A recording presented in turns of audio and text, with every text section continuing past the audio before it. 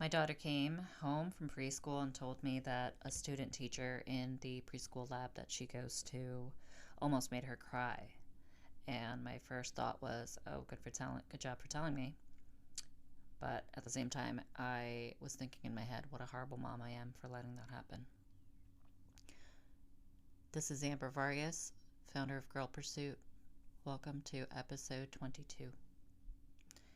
In this episode, we talk about my daughter and how I gave her a voice. Now I have to let her use it without me. I just freshly was in the depths of crying and feeling super guilty as a mom for allowing someone to upset my child to the point where they almost felt like crying, but she held it in. Or did she hold it in? And how I was not there to save her and protect her. I don't have to let my daughter go to school. She's 4 years old. She's in a preschool laboratory, like I mentioned just now. But for my sanity's sake, I needed space. I need time for myself to do my things, to work on this podcast as I'm doing it, to work on something for myself, but also in the same token, have her have peer interaction, something that she needs, the social aspect of living in a world of being a 4-year-old. Sure, I can set up dates and library time throughout the week, but this is something that I know that deep inside she needs. And I'm just having a hard time, and I'm just trying to confess on like how raw and real this can be, and what a double-edged sword of like letting our kids fall, and even when it breaks your heart. And I'm getting a bit choked up about it because it literally just happened. And I dropped her off, and in the car she just said, "I'm feeling a little sad and a little happy." We can feel two emotions at once, which is true. I taught her that you can, and it's okay because we're human. I just reinforced and like asked her again, like, if you're not feeling safe or comfortable, I can take you home. No, I want to go to school is what she said. But I just can't shake the feeling of feeling like such a shitty fucking mom for allowing this to happen. And for all the moms that are listening, I wonder if this ever happens to you. And I must not be alone, because the moment she told me, as my son and my daughter, 7 and 4-year-old, were getting ready to sit down to have their breakfast this morning, is when she told me her story. And again, we all know that children have their ways of storytelling, and it could be very vague, it could be very discombobulated, mixed with other stories, and we have to try to be curious and try to pick out things that we feel or we see or notice that, okay, let's put this together and try to make sense of it as parents, as moms especially. And as she's telling me her story this morning, she just says, "Oh, the teacher made me cry today." And I said, "Oh, today? You mean yesterday? Oh, that's unfortunate. I'm sorry that happened. Thank you for telling me. What made it cry?" I got curious. What made you cry? And she had said that it's something about name, like my name, writing my name. And I was curious again and was trying to ask questions calmly so I could just get more of the story out of her, that she was being asked to write her name over and over again, and she was overwhelmed, is what I got from it, that she was overwhelmed by being asked so many times. And then I said, "Okay, Nazanin, that's something," my daughter's name is Nazanin, "that's something that you have to speak up. You have to use your strong voice. What have we been working on? Use your strong voice to say, I need a break. I need a moment, please." And if we don't use that, the other person doesn't understand what we may need or what we're asking or feeling. And it was so hard for me to say that to her, because inside I was breaking and feeling like, oh, damn. I want to shield her from this. I want to bubble wrap her from this hurt, from this harm. To preface, she's not feeling so great this week. She doesn't have a fever. She's not sick like that, but has like a cough and some nasal issues. I allowed her to go to school because she hasn't been back for some time and she's not super yucky feeling. Of course, if that was the case and we went to the doctor, she wouldn't be going to school. But I put two and two together and wondered, okay, she's not feeling her best. And when she's not feeling her best, maybe other things are not just feeling great or she's not up for it. Again, just like we would normally feel, us adults, because we're all human, right? And here's the thing, like, I've spent years trying to teach her and my son to use their voice, to speak up when something doesn't feel right, to say when something's unfair, to tell me when she feels uncomfortable. And I've empowered her to do exactly what she did. You know, to name her feelings, to say that that's not fair, to say I don't like that, or tell trusted adults when something feels wrong, to advocate for herself, to not people please, or to stay silent. And she did exactly what I taught her. She told me, she used her words, she stood up for herself in her own way, and somehow I still feel like I failed her. I wonder if other moms feel like this. And yes, I bounced around. The question I was trying to ask was, have any of you other mothers felt like when your child is telling you how they feel and you feel this immense like pain behind your eyeballs? Is that weird?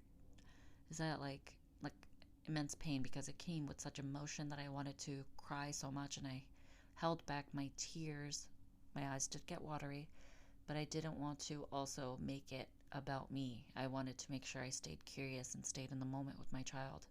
Both my children, actually, across the table, the dining table, and trying to be there for her and hear out her story, because children's attention spans obviously only go so much, right? So trying to keep her on task of what she was trying to tell me. And I just felt this immense pain on behind both my eyeballs, and it was very raw and very real and it almost hurt, hence pain, like of feeling that. And I just held my eyeballs and like felt it. I wonder if you guys have ever felt like that.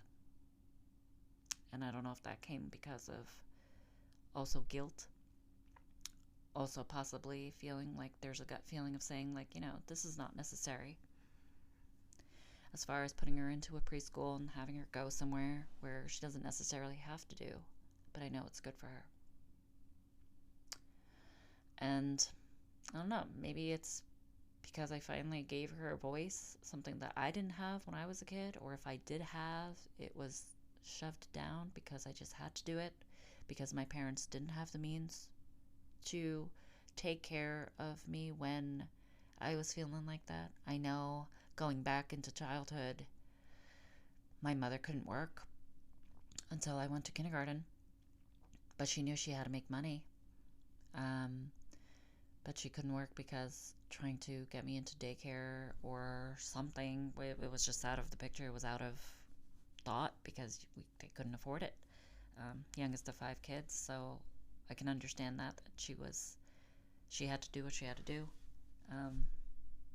But just having this mom guilt narrative, right? Like, I don't know. I'm just here talking about it. From protector to equipper.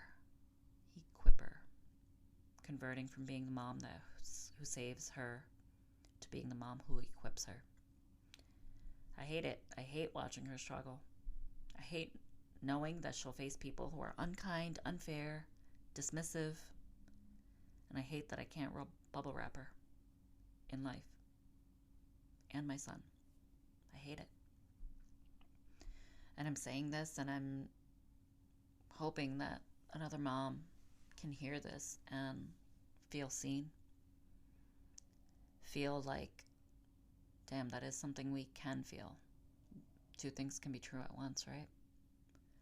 We can feel guilt, but we can feel like, okay, we're doing it. We're giving our kids the tools to thrive in life, to do life, to be the best selves that they can be. It's just unfortunate.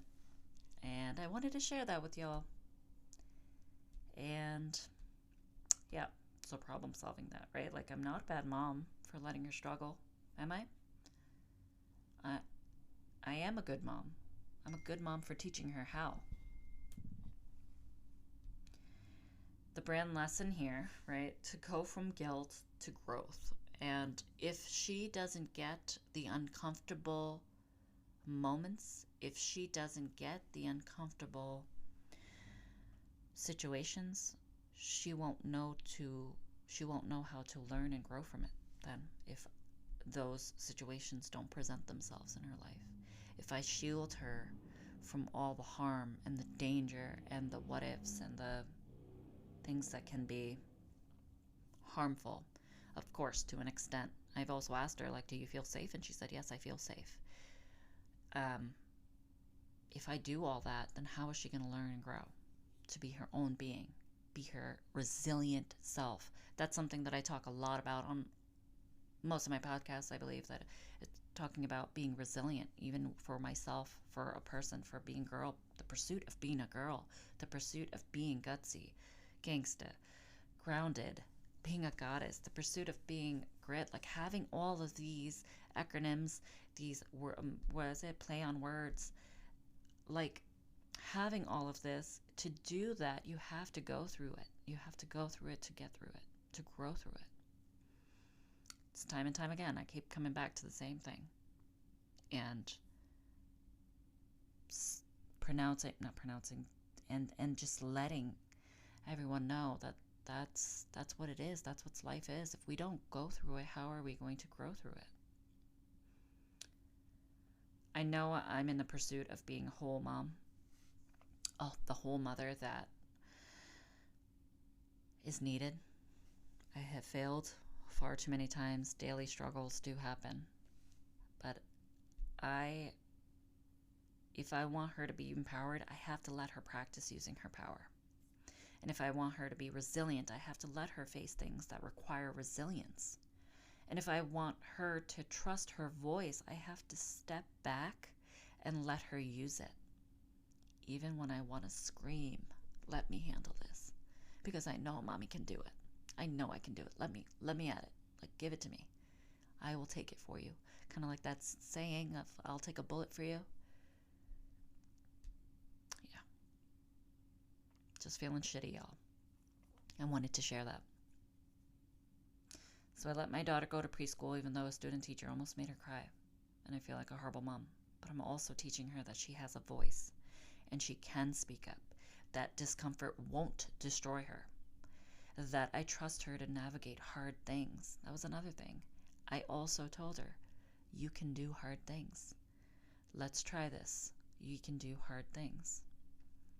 Just like putting on her seatbelt as we were getting ready. You can do it. She did it incorrectly. And she's like, oh, it's hard. Or she said something along those lines. And I said, you can do hard things. Let's do it together. And we practice. And maybe that's not letting it happen. Maybe that's preparing her for a world where I won't always be there. Maybe that's the hardest, most loving thing I can do. Letting her fall. Letting her feel. Letting her speak and being that safe space. That safe place she comes back to after. Even when it breaks my heart. And as always, y'all, I bid y'all farewell. Till the next episode of Girl Pursuit. This is Amber Vargas. Take care.